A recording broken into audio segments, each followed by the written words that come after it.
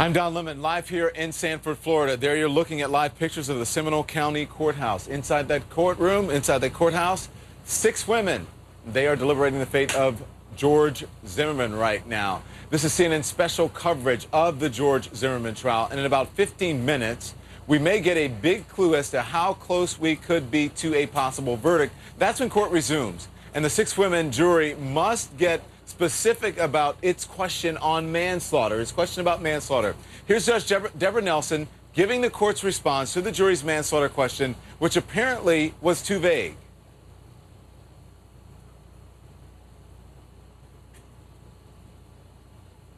All right, we'll get that for you in just a little bit. We want to tell you that George Zimmerman's entire future in the hands of that 6-woman jury, which has been deliberating for more than 14 hours now. The case has sparked really passionate debate about just about everything on race in America, about guns, about people across the nation. They have very strong opinions on this.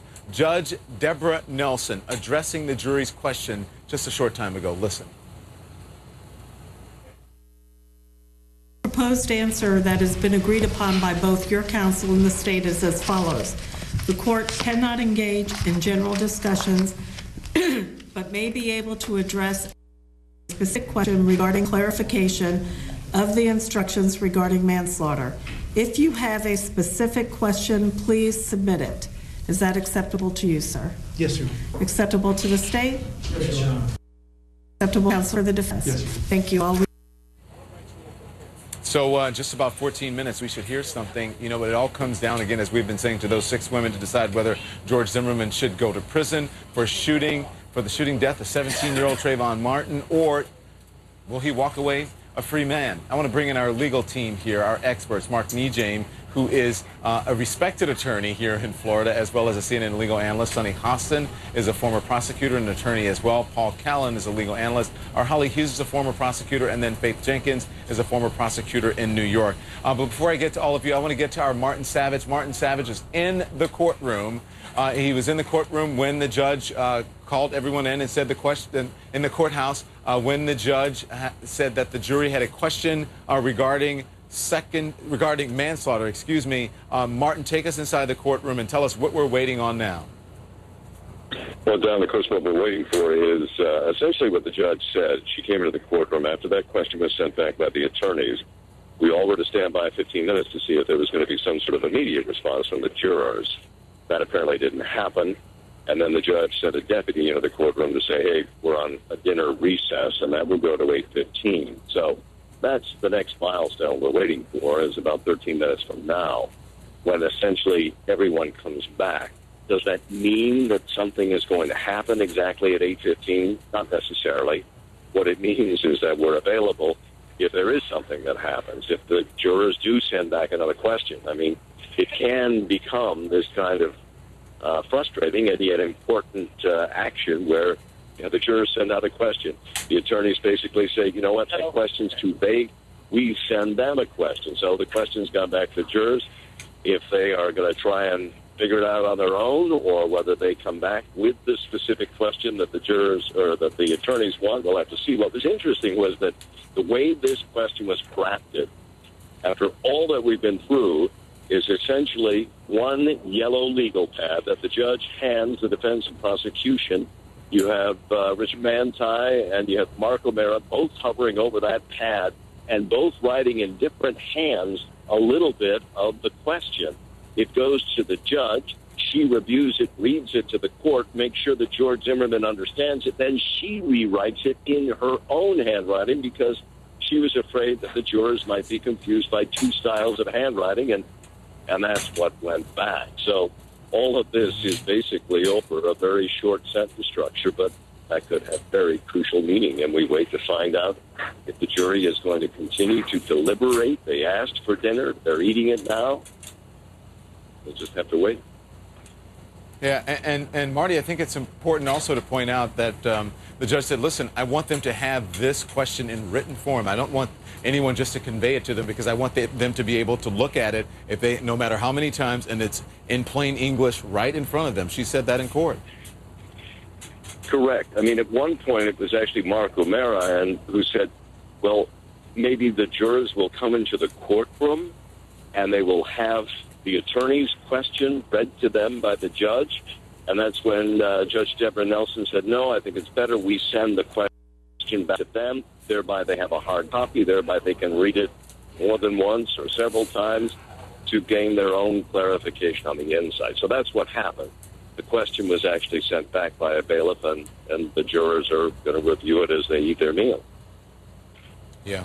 And Marty, when you're in there, having gone in there this morning, I mean, you have spent, countless hours in there, but you get a sense that something is going to happen because they will come in to the overflow room. I'm not sure if you're in the overflow room or if you're in the actual courtroom, and they'll bring everyone up, or they'll tell you the attorney's about to come in, the judge is about to come in. Do you get a sense of any timing right now? We know it's supposed to happen at well, timing has been the question of the day. Everyone has been wondering if it will be today. I think there was a general sense that as we got into the early evening hours that, all right, maybe it isn't going to be today. Maybe this is going to be another session where the jurors say they have finished and would like to go back and rest for the night.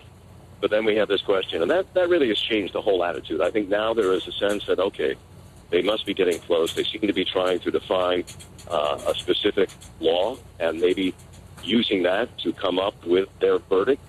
So I think the anticipation is, with the question, with the specific nature of that question, and with the dinner being brought in, that the jurors are wanting to get something achieved tonight. But you know what? We can all read way too much into this, and maybe that is not the case. I think we'll just have to watch, listen, and see.